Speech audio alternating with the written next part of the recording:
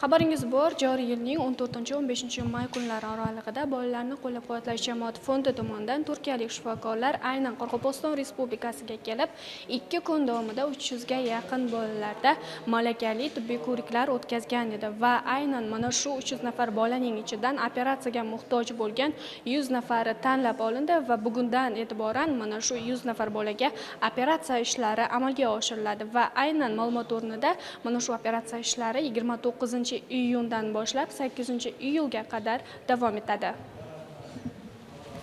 Nukus shahridagi bolalar milliy tibbiyot markazi Orolbo'yi klinikasida o'tkazilgan xayriya aksiyasi doirasida chuqurlashtirilgan tibbiy ko'riklar natijasida jarrohlik amaliyotiga muhtoj deb topilgan 100 nafar bemor bolada operatsiya qilish ishlari boshlandi. Ularning 80 nafarida plastik jarrohlik, 20 nafarida esa umumiy jarrohlik amaliyotlari o'tkazilishi rejalashtirilgan. Barcha operatsiyalar Turkiyadan tashrif buyurgan malakali mutaxassislar va mahalliy shifokorlar hamkorligida amalga oshirilmoqda.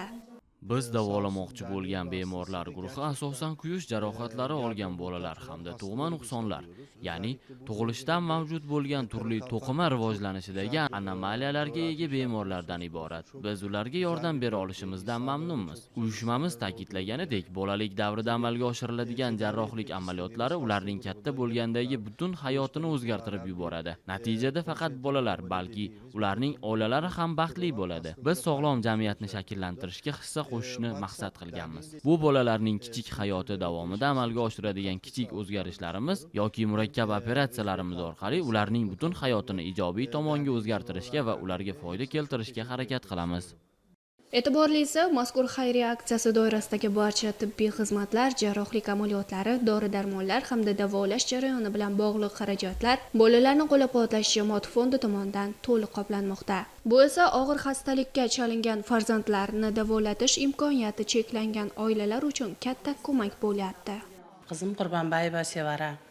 Bu 2 yosh 9 oyында kichkintoy kezінде kuyib qolib edi. Mayda kelib ko'rikdan o'tib ketdik. So 1 oydan keyin operatsiya жасаймыз deb isteb edi.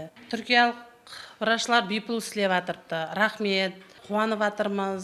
Soncha жерден kelib bizlarga aytıyor, jardam berib atir. Prezidentimizga rahmet, ming alg'is aytamiz.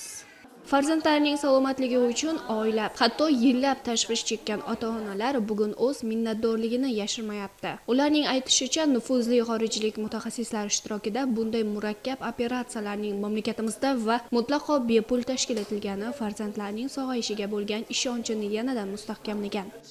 Nega balam tug'ma qo'linda shu plastik operatsiyaga muhtoj buni oldindan biz shifokorlarga ko'rsatdik, shu plastik operatsiya bo'ladi dedi.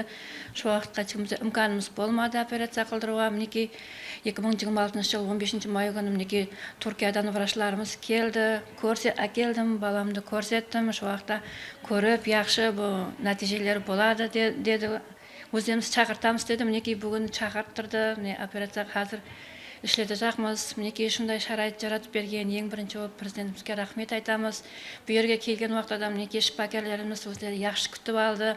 Sharoitlari juda yaxshi. Miniki jatirmiz. Hammasine rahmet aytamiz. Жасым 13-те. Bugun men operatsiya olacakman. Men shu vrachlarga ishonaman, bugun operatsiya yaxshi o'tugini.